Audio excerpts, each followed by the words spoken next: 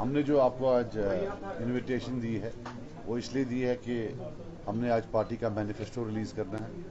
تو آج ہمارے لیڈرز کچھ تو فارم بھر رہے ہیں, کچھ کیمپیننگ میں ہیں, تو اس لیے میں اپنے اسپوکس مین کے ساتھ اکیلی یہاں آ کر آپ کے سامنے یہ ریلیز ڈگنیٹی اینڈ ڈیولپمنٹ کے موضوع سے کا جو اس کا ہیڈنگ ہے.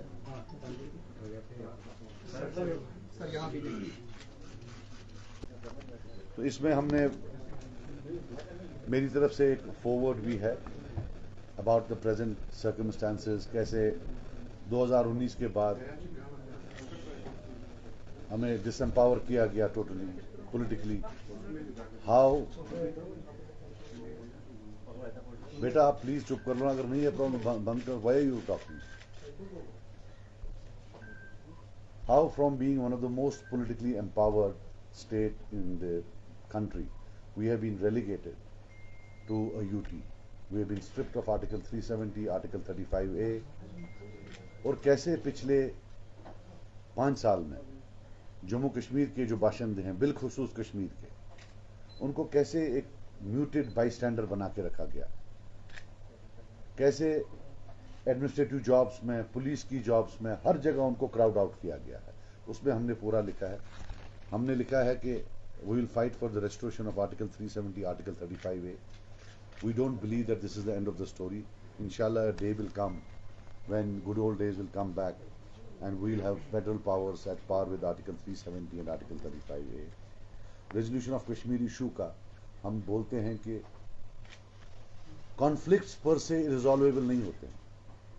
کشمیر ایشو کو ریزالو کرنے کے لیے سولوشنز کی کوئی ڈرتھ نہیں ہے.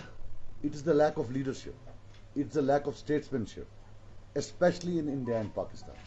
دا day 2 statesmen sit in India, in Islamabad and in New Delhi, they will resolve it. جب تک لیڈرشپ نہیں ہوگی ریزالو نہیں ہوگا. ہمارا جو یہ 70 سال کا قرض ہے, جس کا سب سے بڑا جو امپیکٹ ہے, نیگیٹو امپیکٹ کشمیریز پر ہے, یہ لیک آف لیڈرشپ کی طرف ہے. So this is the resolution which we resolve and we will try to present in the assembly. Then another resolution will be probe into rigging of 1987 elections. ہمارا یہ کوئی, it is not our intention to make 87 an election issue.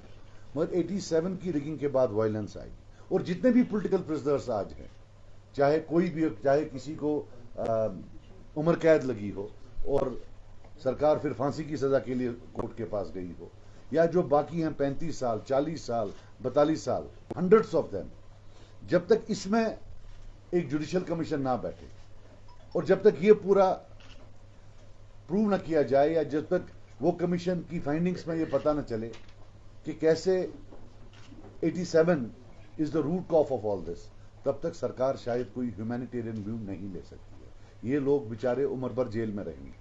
They will probably die in jail. So we can't totally forget about a huge section of people who are rotting in jails.